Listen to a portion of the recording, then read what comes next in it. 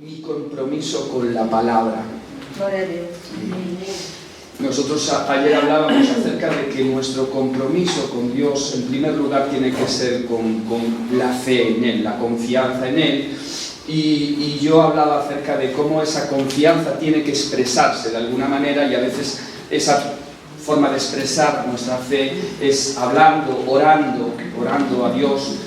Pero otra forma que hoy vamos a ver, otra forma de expresar nuestra confianza en Dios es dejándonos guiar por su palabra. Es otra forma de expresar nuestra confianza en Dios. Por favor, Gaby, dale. Y fijaros, en Hebreos 11 dice: fue por la fe que Abraham obedeció cuando Dios lo llamó, cuando Dios le habló, para que dejara su tierra y se fuera a otra que él le daría por herencia. Fue sin saber a dónde iba. Entonces tenemos aquí a Abraham, el padre de la fe.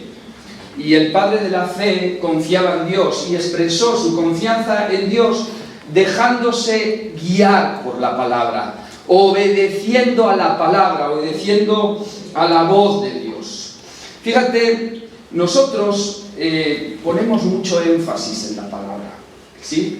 En una época éramos llamados el pueblo del libro, ahora ya cada vez tenemos menos libro en la mano, pero tenemos aún nuestros smartphones que llevan la Biblia, y creemos que una de las cosas que nos tiene que caracterizar como pueblo es nuestro compromiso con la Biblia, aunque en esta época esto se está perdiendo un poco, pero tratamos de poner todo nuestro énfasis en que los creyentes tienen que tener un compromiso serio con la palabra de Dios. Y a mí me gusta enseñar, no es algo mío, es algo que diseñó el fundador de los navegantes, Dawson Trotman, parece. Él diseñó una ilustración para recordar ese compromiso que tenemos que tener los creyentes con la Biblia. Y él decía que tenemos que tener un compromiso con los 5 dedos de la mano. La ilustración era los 5 dedos de la mano. ¿Alguien lo conoce, este compromiso o esta ilustración? ¿Sí? Decía que el dedo gordo nos recuerda que tenemos que... Levanta el dedo gordo. Tenemos que leerla o escucharla. El dedo índice... Este es el índice, ¿no? Sí. Que tenemos que memorizarla, leerla, memorizarla. El dedo, este es el corazón, ¿no? Nos recuerda que tenemos que estudiarla. Tenemos que estudiarla. El anular nos recuerda que tenemos que meditarla. Qué importante es meditar la palabra de Dios. La palabra meditar viene de rumiar, o es parecido a rumiar la palabra, rumiar el alimento, lo que hacen los animales, ¿verdad?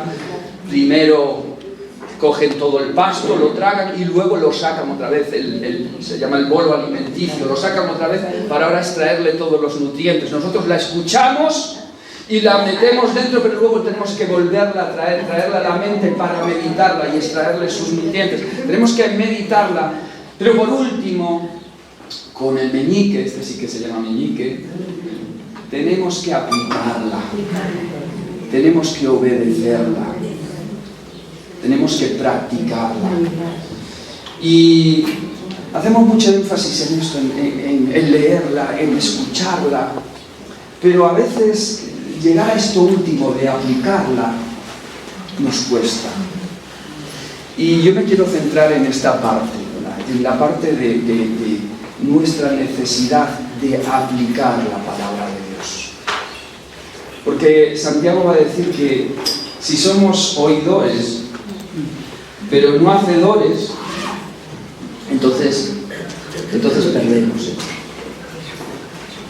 Nos engañamos a nosotros mismos y perdemos el tiempo. Muy bien, pues de esto vamos a hablar, de nuestro compromiso con aplicar la palabra de Dios. Ayer os hablaba de que tengo algunos autores últimamente preferidos y que os iba a recomendar. Bien, uno de estos autores, que se llama John Orberg, él dice que tenemos 3 tipos de creencias. Las personas en general tenemos 3 tipos de creencias y los cristianos en particular tenemos estos 3 tipos de creencias también. Tenemos nuestras creencias públicas. Nuestras creencias públicas son como eslóganes, que los decimos con facilidad porque a la gente les gusta escuchar esos eslóganes. Son dichos populistas que a la gente les gusta recibir, pero eso no nos compromete demasiado. Nosotros decimos cosas como de Madrid al cielo, y todo el mundo, muy bien, fenomenal. Ahora, como te inviten a irte a Valencia, estás corriendo para allá, no hay ningún problema, ¿no? Eso de que de Madrid al cielo es relativo, hombre, si podemos irnos a la playa, pues también decimos los creyentes, ¿no? Madrid para Cristo, España para Cristo, amén, y qué bueno, y qué eslogan más bonito, y qué gritos pues más interesantes o apasionados damos, pero luego nosotros no le hablamos a nuestro vecino. Pero queremos que Madrid sea para Cristo. Son creencias públicas que nos gusta lanzar, que a la gente les gusta escuchar, que la gente dice amén, pero que no estamos realmente comprometidos con esas creencias. De hecho, no sé si os acordáis, o si habéis caído, que Herodes pues tuvo una de estas creencias, o uno de estos dichos. Dice que luego Herodes llamó en secreto a los sabios y se enteró por ellos del tiempo exacto en el que había aparecido la estrella. Les envió a Belén y les dijo: id a informaros bien acerca de ese niño, y tan pronto como lo encontréis, informadme a mí para que también vaya y lo adore. Porque lo interesante en ese momento era ir a adorar al rey de los judíos.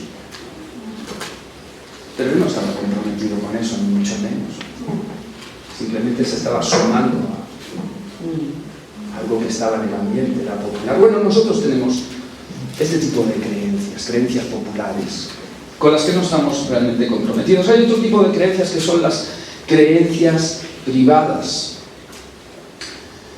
Es lo que pensamos que creemos. Son declaraciones que queremos creer, que nos gustaría creer, pero que no necesariamente las creemos del todo. Son expresiones que usamos al orar y al cantar. Queremos creer eso. Lo único que quiero es adorarte. Bueno, no os voy a martirizar, pero cantamos: lo único que quiero, y el domingo por la mañana decimos: lo único que quiero es quedarme en cama. Es lo único que quiero relativo, ¿no? Me gustaría creer que es lo único que quiero. Señor, lo que quiero es estar contigo, y quiero estar en tu presencia, y quiero estar lo más cerca de ti que pueda. Y ahora te entran unas fiebres y unos dolores de cabeza y vas corriendo al médico y que te pongan lo que sea. No vaya a ser que te vayas a la presencia de Dios de forma definitiva.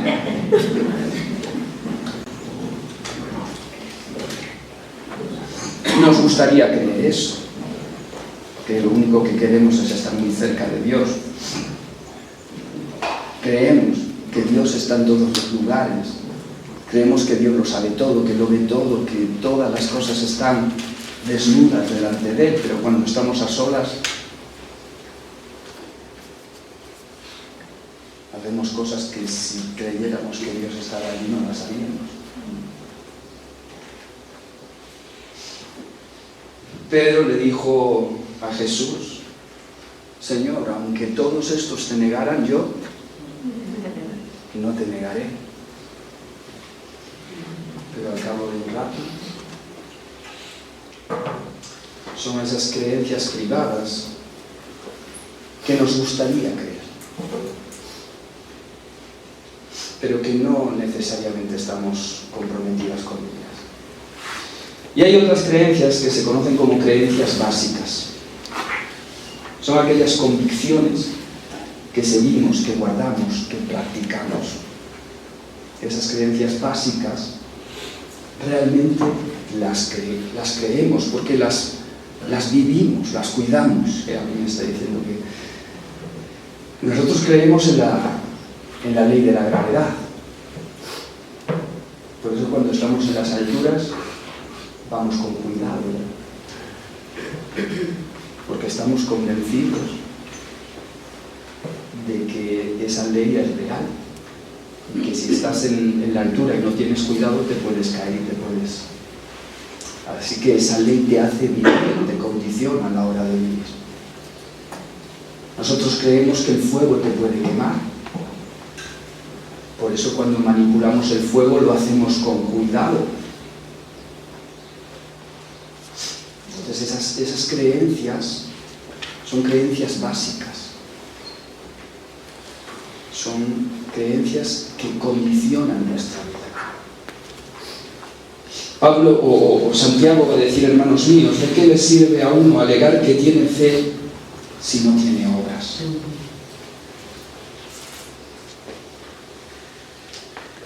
¿De qué te sirve decir mucho acerca de esto, pero que luego no lo cuidas, que luego no lo aplicas, que luego no te condiciona a la hora de vivir?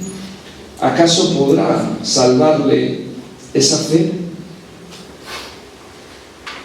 Santiago aquí lo que está haciendo es decir, a Lutero no le gustaba nada esta epístola, le llamaba la epístola de paja, porque hablaba mucho de las obras y no de la fe. Entonces a Lutero no le gustaba esta epístola, pero Santiago es medio hermano del Señor y él tiene una cultura judía muy arraigada, y él cuando escribe la epístola de Santiago está escribiendo en tono sapiencial. Y el tono sapiencial son esos consejos prácticos que nos daban nuestros abuelitos o que nos daban nuestros padres. Al que madruga Dios le ayuda. No es tanto una cuestión teórica y filosófica, es una cuestión práctica. Y Santiago está hablando de esto. Está hablando de cómo la fe se tiene que vivir en la práctica. Y él dice que la fe real tiene que verse. Que tu creencia tiene que expresarse de forma visible. Amén. Y esa forma de expresión visible es poniendo en práctica la palabra de Dios. Por eso, para recibir las bendiciones que Dios tiene para nuestra vida, tenemos que tener una fe que ora, que se expresa orando, pero también una fe que se expresa obedeciendo la palabra de Dios. No solo diciendo, sino aplicando, practicando la palabra de Dios. ¿Sí? ¿Se entiende esto? ¿Cómo voy de tiempo? A ver. ¿Alguien tiene minutos? ¿Segundos? 20 minutos. Bien, 15 minutos. 20. Bien, pues vamos ahora a leer este texto que nos va a ayudar a entender cómo poder practicar la palabra de Dios. Dice, mis queridos hermanos, tened presente esto. Todos debéis estar listos para escuchar y ser lentos para hablar y para enojaros, pues la ira humana no produce la vida justa que Dios quiere. Por eso, despojaos de toda inmundicia y de la maldad que tanto abunda, para que podáis recibir con humildad la palabra sembrada en vosotros, la cual tiene poder para salvaros la vida.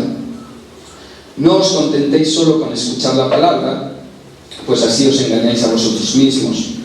Llevadla a la práctica. El que escucha la palabra pero no la pone en práctica es como aquel que se mira el rostro en un espejo y después de mirarse se va y se olvida enseguida de cómo es. Pero quien se fija atentamente en la ley perfecta que da libertad y persevera en ella, no olvidando lo que ha oído sino haciéndolo, recibirá bendición en práctica. Y esto a mí me recuerda a lo que dijo Jesús. Él dijo, si sabéis estas cosas, bienaventurados seréis. ¿Sí? Las no tienes. Si las hiciereis. Bienaventurados seréis al practicarlas. Esta epístola no es tan de paja. Está totalmente en sintonía con la enseñanza de Jesús. Ahora, este texto nos va a enseñar, yo creo que por lo menos 4 cosas acerca de cómo debemos de disponernos para practicar la palabra de Dios. Primero, Gaby, tienes que preparar tu corazón para recibir la palabra de Dios. Este pasaje compara la palabra de Dios en primer lugar con una semilla. Y alguien más comparó la palabra con una semilla. ¿Quién? Jesús. Jesús contó la parábola del sembrador y él enseñó a través de esta palabra algo pues muy gráfico y muy claro, y es que lo que determina el fruto de la palabra no es la semilla, sino que es el terreno. La semilla es la misma que cae en 4 diferentes terrenos, pero lo que determina el fruto no es la semilla. Lo que determina el fruto es la calidad del terreno. La semilla que cayó en buena tierra, esta fue la que produjo fruto hasta 100 por 1. Nuestra responsabilidad es preparar el terreno. Nuestra responsabilidad es limpiar el terreno. Nuestra responsabilidad es limpiar nuestro corazón. Fijaros que aquí dice: por esto despojaos de toda inmundicia y de la maldad que tanto abunda, para que podáis recibir con humildad la palabra. Y el término recibir en el griego es sinónimo de acoger con alegría a alguien en casa. Cuando viene alguien a tu casa y es una visita que te alegra, tú recibes a la persona. Pero cuando sabes que va a venir, antes de que llegue, ¿qué es lo que haces? Prepararte para recibir a la persona. Es una visita agradable y yo quiero darle un recibimiento agradable también, a la altura. Y yo no sé vosotros, pero yo cuando tengo que recibir a alguien que de vez en cuando llega y nos tenemos que preparar, ahí Pony, que no está aquí, me pone la sargento de hierro. Venga, vamos a limpiar, vamos a esto, vamos a recoger aquello. Debajo de la alfombra no se queda nada, hay que limpiarlo todo. Y hay que preparar para tener una buena recepción, una recepción agradable. Aquí Santiago nos está diciendo que tenemos que preparar nuestro corazón, limpiar nuestro corazón para recibir la palabra con alegría. Y ese limpiar tiene que ver con sacar la basura de la ansiedad. Todos debéis estar listos para escuchar y lentos para hablar. Vivimos una época de que todo va muy rápido, de que todos tenemos prisa, de que todos estamos ansiosos, de que tenemos 1000 cosas en la cabeza. Y esa ansiedad y esa rapidez con la que vivimos no nos deja escuchar, no nos deja pararnos.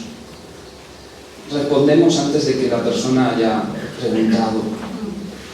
Y vivimos así, afanados, corriendo de un lado para otro.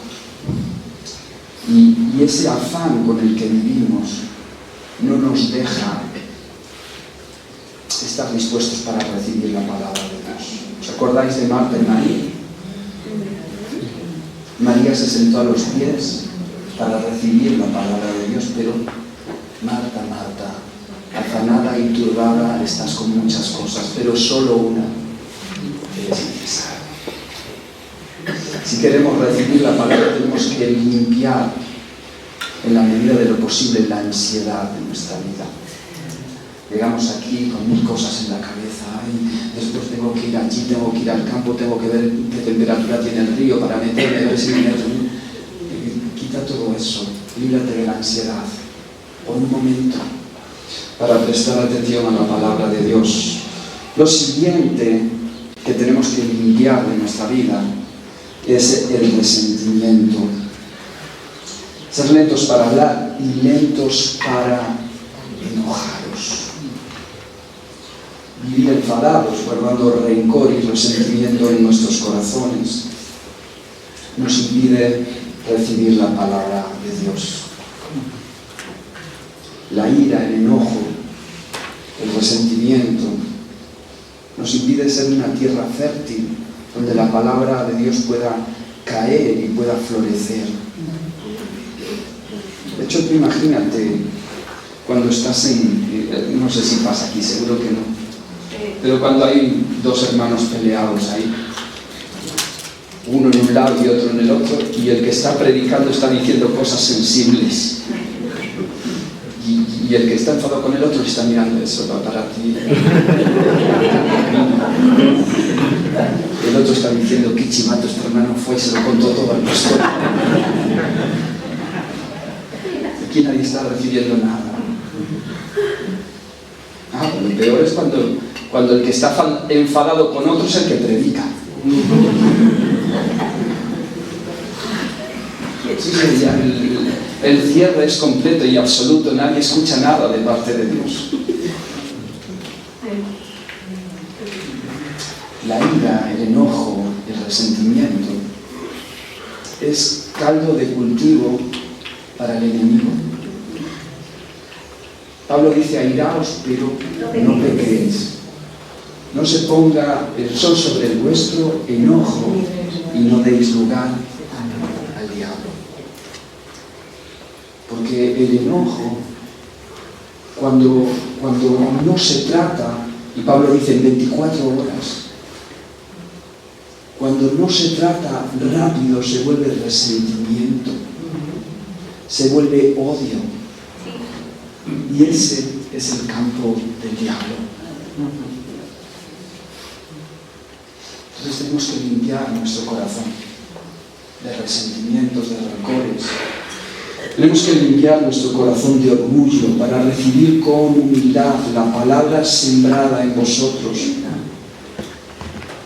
La gente que es orgullosa viene pensando en a ver quién va a predicar hoy, a ver quién va a hablar hoy, porque, bueno, a mí ya, dependiendo de qué persona hable, pues Dios me puede hablar o Dios no. Pero este que está hablando conoce bien el griego, conoce bien el hebreo, el arameo. Bueno, vamos a perdonarle la vida, vamos a escucharlo ahí. Y ya luego le daré una palmadita en la espalda. Y entonces, pues nuestros prejuicios empiezan a determinar a quién Dios va a usar para hablarme o no.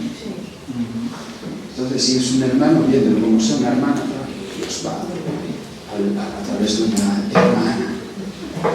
Yo siempre recuerdo la historia de Dios usando a una ¿qué? Burro, ¿no? De género. Pues era una burra y era femenina, y Dios la usó para hablar. Pero nosotros, nuestros prejuicios determinan a través de quién Dios puede hablarnos o no. Y ese orgullo nos impide muchas veces recibir la palabra de Dios. Así que tenemos que limpiar nuestro corazón para poder recibir esa palabra con agrado. Lo siguiente que nos va a decir este texto es que tenemos que responder a la palabra con rapidez. No os contentéis solo con escuchar la palabra, pues así os engañáis a vosotros mismos. Llevadla a la práctica. El que escucha la palabra pero no la pone en práctica es como el que mira el rostro en un espejo, mira su rostro en un espejo y después de mirarse se va y se olvida enseguida de lo que ha visto. Entonces nosotros tenemos que reaccionar rápidamente a la palabra de Dios, porque si no reaccionamos rápidamente nos olvidamos. Fijaros que aquí, en el texto anterior, Santiago compara la palabra con una se mira. Y aquí la va a comparar con un espejo.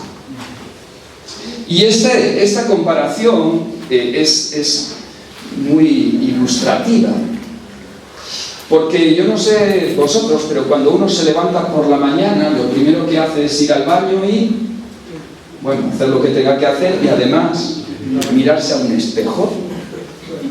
Y yo no sé cuántos, cuando os miráis al espejo, lo que solemos hacer es comenzar una obra que es de reforma o de reconstrucción, dependiendo de la edad que tengas.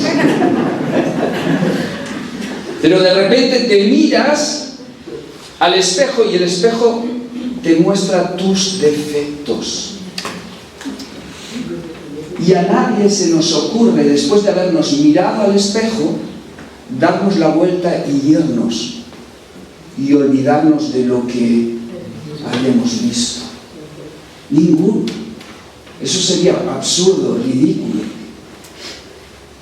Bueno, a veces nos pasa. A la mañana me estoy yendo casi para el culto, saliendo corriendo y justo frente a la puerta de la entrada tengo un espejo y de repente me miro y cuando me miro hay que volver y hay que darse un repaso. Ya sé que no me creéis, que no será para tanto,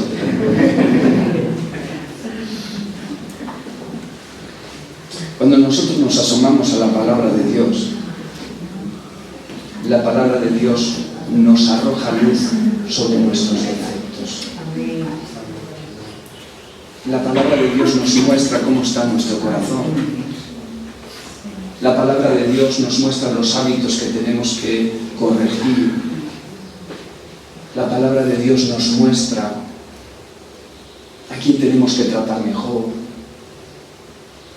La palabra de Dios nos muestra cuántas cosas en nuestra vida aún no están bien. Y nosotros tenemos que reaccionar rápidamente. Porque si no lo hacemos, se nos olvida y continuamos con nuestros defectos por ahí adelante. Y para eso es mejor ni verse. Es perder el tiempo verse para no hacer nada. Por eso que los predicadores normalmente terminamos el mensaje haciendo un llamado. Normalmente ese llamado es a que la gente tome una decisión y se comprometa con aplicar, con corregir, con mejorar aquello que Dios le ha mostrado. Pero yo me doy cuenta que la gente se queda ahí impasible, como diciendo, no, esto no fue conmigo, yo me vi al espejo, pero el espejo a mí me muestra perfecto, yo no tengo nada que hacer, en mí no hay ningún defecto, y se miran unos a otros, será a ti. Alguien dijo que el creyente debería de levantarse a todos los llamados menos al de conversión. Bueno, una vez te levantas al de conversión, después deberías de levantarte a todos los demás llamados. Porque yo no sé tú, pero ninguno debería de sentirse la obra terminada. Porque Jesús dijo, o la palabra de Dios dice que el que comenzó Pablo, el que comenzó en vosotros, la buena obra la perfeccionará hasta el día de Jesucristo. Y eso quiere decir que Él la va a ir mejorando día a día porque tú no estás terminado. Amén. Así que cada vez que te ves al espejo, el espejo te va a señalar algo. Y si no ves nada en el espejo, el problema no es del espejo, el problema es de tus ojos. Porque te aseguro que ninguno de nosotros somos la obra completada. Y por eso tenemos que responder rápidamente a la palabra de Dios. Cada vez que se predica, deberíamos de responder rápidamente. Cuando no respondemos, nos endurecemos. cuando nos endurecemos, nos insensibilizamos. Y cuando nos insensibilizamos, empezamos a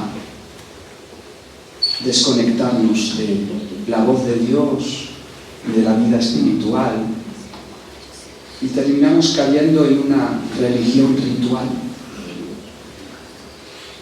Y la palabra de Dios simplemente nos sirve para polemizar, para discutir, para compartir ideas intelectuales, pero no para que nuestra vida sea transformada y mejorada, que es lo que Dios pretende, transformarnos. Tenemos que tratar de responder cuanto antes, aplicar la palabra, practicarla. El salmista dice: corro por el camino de tus mandamientos, corro por el camino de tus mandamientos. Cada vez que los veo, allí que me voy corriendo. ¿Sabes? Hay gente que utiliza incluso la consejería pastoral para posponer el aplicar la palabra de Dios. He escuchado esto, pero necesito contrastarlo. Voy a pedirle al pastor una cita porque quiero que me explique bien lo que dice el griego. Este pastor me dijo esto, pero yo tengo que contrastarlo porque no me... A ver qué me dice el otro. Y me voy de uno a otro y de otro a otro porque lo que no quiero es aplicar la palabra de Dios. Y lo que estoy buscando es alguno que me dé una opinión similar a la mía y me refuerce mi posición de no aplicar la palabra de Dios. Tenemos que correr para aplicar la palabra de Dios y yo para terminar la palabra de Dios esta mañana. Tercero, aplica la palabra completamente. Pero quien se fija atentamente en la ley perfecta que da libertad. Tenemos que aplicar toda la palabra, no solo aquella que nos suena bien, no solo aquella que nos conviene, no solo aquella que se ajusta a nuestras preferencias. Fijaros que aquí ahora Santiago compara la palabra de Dios con una ley perfecta que da libertad. Una ley perfecta, ¿qué quiere decir? Que no tiene error, que no se equivoca, que todo lo que plantea es correcto. Todo. La ley es perfecta en todo. En lo que a ti te parece correcto y en lo que no te parece correcto también. En lo que está de moda es correcta y en lo que no está de moda también. Toda la ley de Dios es perfecta. La palabra de Dios no pasa de moda. La cultura cambia, nuestras opiniones cambian, nuestros gustos cambian, la ética y la moral cambian, pero la palabra de Dios no. Los cielos y la tierra pasarán, pero mis palabras no pasarán. El estándar de Dios sobre lo bueno y lo malo es el mismo desde el principio. Ese estándar no varía, no cambia. Lo que Dios dice acerca del sexo, lo que dice acerca de la pornografía, lo que dice acerca de la ideología de género, por mucho que se empeñe la sociedad de hoy de decirnos lo contrario, para Dios eso no cambia. Lo que dice Dios acerca de los vicios, lo que dice Dios acerca de la rebelión, acerca de la crítica, ese estándar no varía. Y es perfecto, y es correcto, y es acertado. Y cuando mi opinión no coincide con la opinión de Dios, el que está equivocado, ¿quién es? Soy yo. Soy yo. La palabra de Dios es perfecta. ¿Sabes? Dios tiene una perspectiva mucho más amplia que la tuya. Nosotros vivimos en un mundo condicionado por el espacio-tiempo. Y nosotros, pues, no sabemos lo que va a pasar mañana. Ojalá, nos encantaría saber cómo van a estar las cosas el año que viene. Hay algunos ahí que pueden pronosticar, pero 100% nadie lo sabe. Todos estamos, nuestra perspectiva está condicionada por la dimensión espacio-tiempo, pero Dios no está condicionado. Dios es el yo soy. Dios es el eterno. Él sabe todas las cosas. Sabe lo que va a pasar mañana, pasado y hasta el final de los tiempos. Lo sabe todo. Entonces nosotros decimos, ¿cómo me gustaría saber lo que va a venir para poder decidir? Porque así decidiría con seguridad. Dios lo sabe. Dios sabe lo que va a venir. Así que si tú decides de acuerdo a lo que Él dice, vas a tomar decisiones seguras, ¿verdad? La palabra de Dios es perfecta. Es la decisión más acertada, darle caso. Es perfecta y es una palabra que nos da libertad. Nosotros pensamos que la libertad es hacer lo que nos apetece. Nosotros pensamos que la libertad está en desobedecer la palabra y hacer lo que queramos.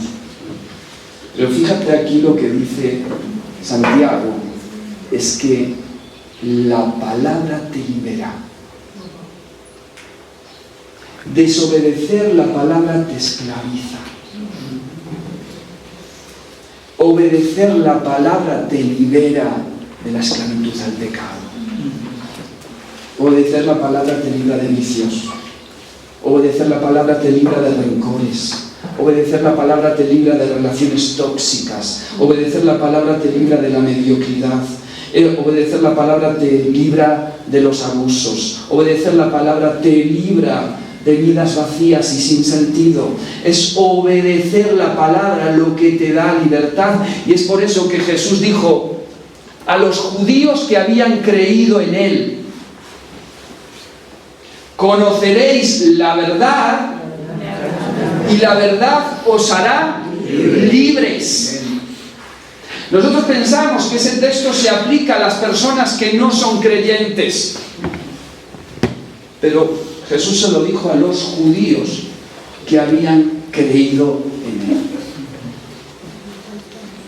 Porque una vez que creemos, aún hay cosas de las que tenemos que ser libres.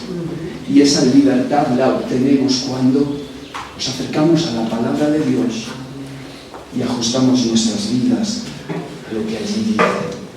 Y esa palabra perfecta nos va haciendo libres, nos va dando libertad. Por último, ¿qué me queda? Nada, ya tengo bonus extra.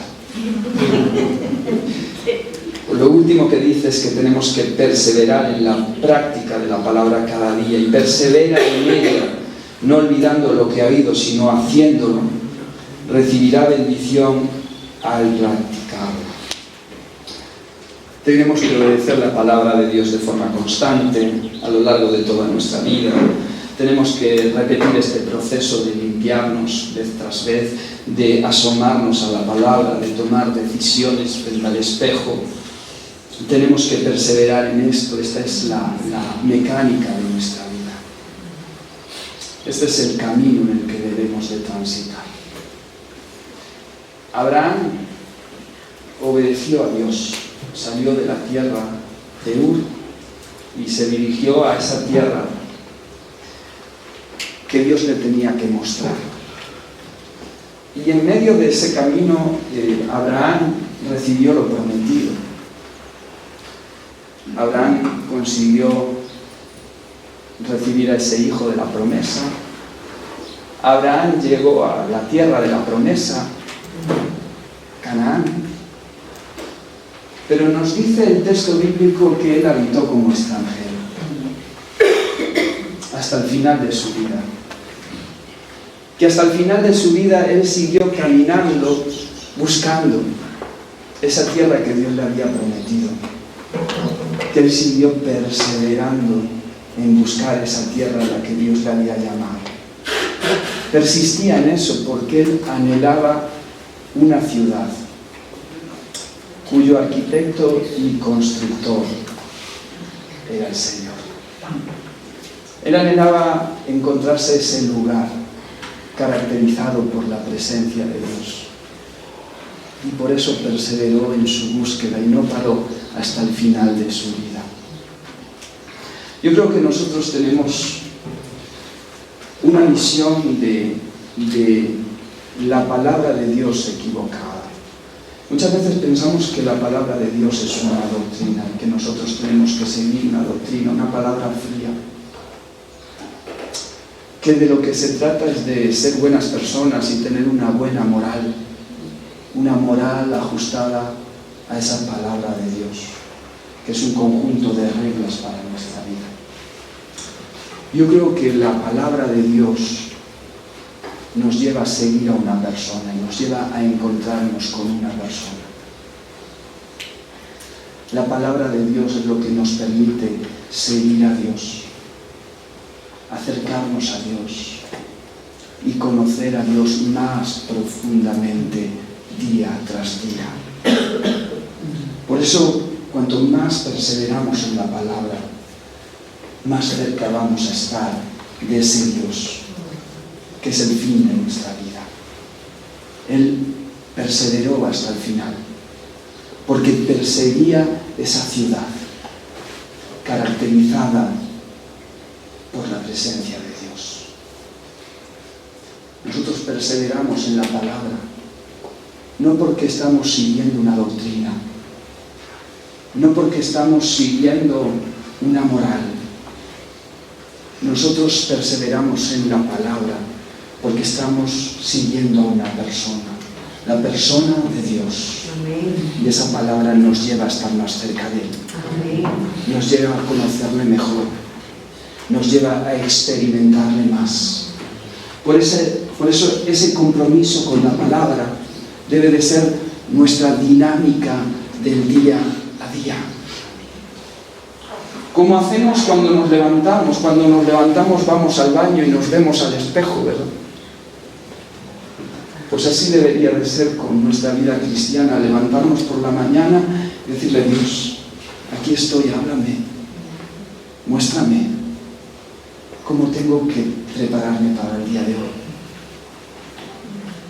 Y así día tras día, así día tras día. Yo creo que cuando abandonamos este hábito, no sé si puede pasar el grupo de alabanza, o el grupo, o alguien que pueda tocar una canción. Me gustó mucho esta última canción que dice: no podría estar ante ti, escuchándote hablar sin llorar como un niño. No sé si alguien puede tocar esa canción. Sí, podemos tocarla. Cuando perdemos este hábito de acercarnos a la palabra para practicarla, muchas veces, sin darnos cuenta, perdemos el deseo de la palabra de Dios. Perdemos el hambre de la palabra de Dios. Nos volvemos un poco exquisitos y llegamos y a ver cómo es el culto, a ver quién dirige, a ver quién esto, a ver quién lo otro, porque, bueno, ya no estoy para cualquier cosa. No sé si alguno ha pasado por épocas así.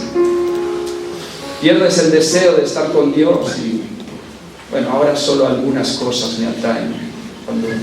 Cuando el que predica es muy profundo, cuando el que canta tiene una gran voz, entonces sí, pero si no, hemos perdido como el hambre, el deseo. No sé si has tenido hambre, pero cuando uno tiene hambre y le ponen el plato de una chuleta de cerdo y tienes hambre, tú no te preguntas: ¿qué comerías de cerdo? ¿Qué bellotas eran? ¿De qué calidad eran las bellotas que se alimentó? Cuando te ponen la leche y ¿qué pastos comerías? ¿Serían pastos ecológicos? Si tienes hambre, tienes sed. Tienes hambre y tienes sed. Y comes lo que te pongan delante. Cuando yo era pequeño, cuando digo esto, digo, ostras, pues ya pasaron unos años. Entonces parecía que teníamos algún síntoma de enfermedad y mi madre entonces quería llevarnos al médico. Igual llamaba al médico o algún amigo o alguien que dominase un poco del tema de los síntomas y tal. Y entonces el médico le preguntaba a mi madre, mira, ¿pero come o no come? ¿El niño come o no come? Come, pues entonces no hay prisa. Come, pues entonces no es grave. No come, traga.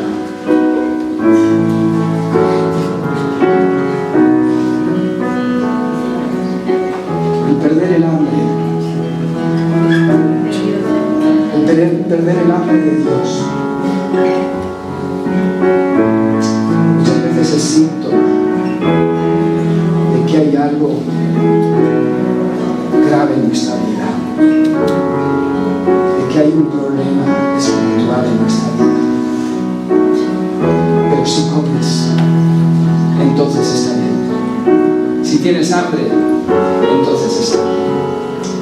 Yo quiero pedirle al Señor que Él ponga en nosotros hambre por su presencia, hambre por su palabra, hambre por estar con Él, hambre por disfrutar de tiempos como este, hambre por poner en práctica lo que Él nos diga, hambre por servirle a Él, porque ese hambre es síntoma de salud. Y si tú quieres este hambre, yo te voy a pedir que te pongas de pie, que le puedas cantar con tu corazón a Dios, le puedas decir: Dios, háblame, Dios, aliméntame, Dios, tengo hambre de ti, tengo deseo de ti, quiero que en este retiro, quiero que en estos días tú llenes mi vida como nunca antes, tú renueves mi vida, tú sanes mi vida. Yo tengo hambre de ti, Señor. Yo quiero escucharte más claro, más alto y mejor, pero no para acumular más conocimiento, para aplicar eso y vivir más cerca de ti, conociéndote más cada día. Puedes cantarle ahí al Señor. Quiero escuchar tu dulce voz, rompiendo el silencio en mi ser. Sé que me harías estremecer, me harías llorar o reír, y caería rendida ante ti, y no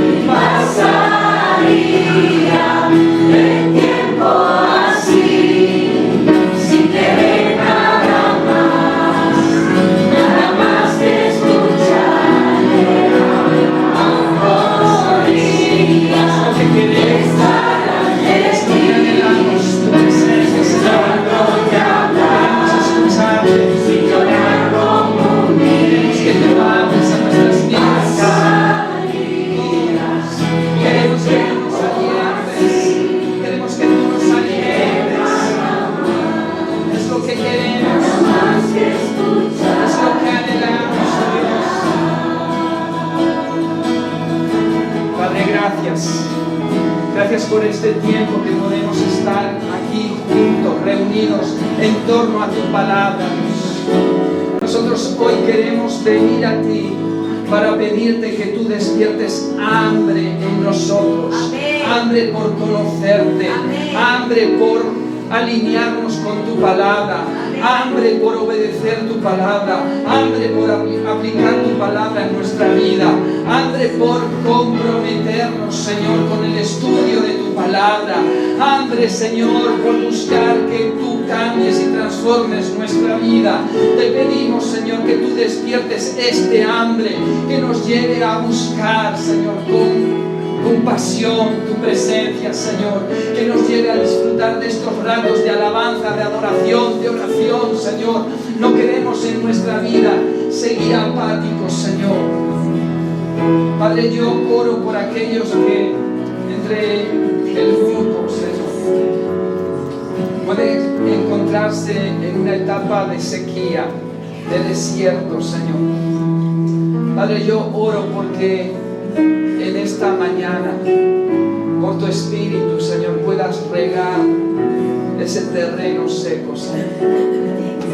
Puedas humedecerlo para que esta palabra, Señor, pueda arraigar, pueda crecer y pueda fructificar. Que, Padre, salgamos de este fin de semana como un terreno floreciente, Señor. Lleno de color, lleno de aromas, lleno de vigor, lleno de vitalidad, Señor. Padre, que seamos ese terreno, Padre, en el que tú te gozas, que te honra a ti, Señor, y que bendice a los que están alrededor. Padre, en el nombre de Jesús, despierta hambre renovada en nuestras vidas.